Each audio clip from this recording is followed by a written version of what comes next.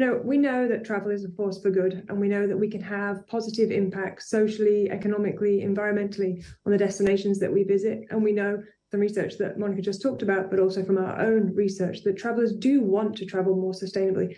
Our research showed 81% of travelers globally feel it's vital to travel more sustainably, and almost over 3/4 said that they would pick a sustainable property this year for their travel. So we know that it's critical. If we zero in on Asia Pacific, over 2/3 of the travelers said that they will choose a sustainable property. If we look more locally to Singapore, we actually see that travelers say, yes, they want to travel sustainably, but to your point, what is potentially hindering that? And it is affordability, it is inconvenience, and it is the sense of, am I getting accurate information about how sustainable some of these properties are? So cost will come into play, but there's no real view yet that sustainable travel does actually cost more. And I think this is something that we also need to take into account.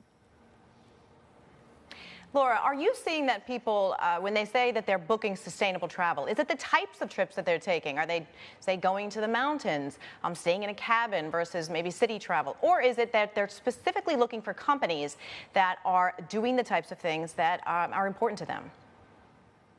Yeah, I think it's a bit of everything. It is from their accommodation to the transport, how and where they're spending their money. But certainly it's the types of trips. So we are seeing more and more searches for trips off the beaten track. So those that are not necessarily in the city destinations, going to more destinations that are less impacted potentially by over-tourism. So we're certainly seeing that.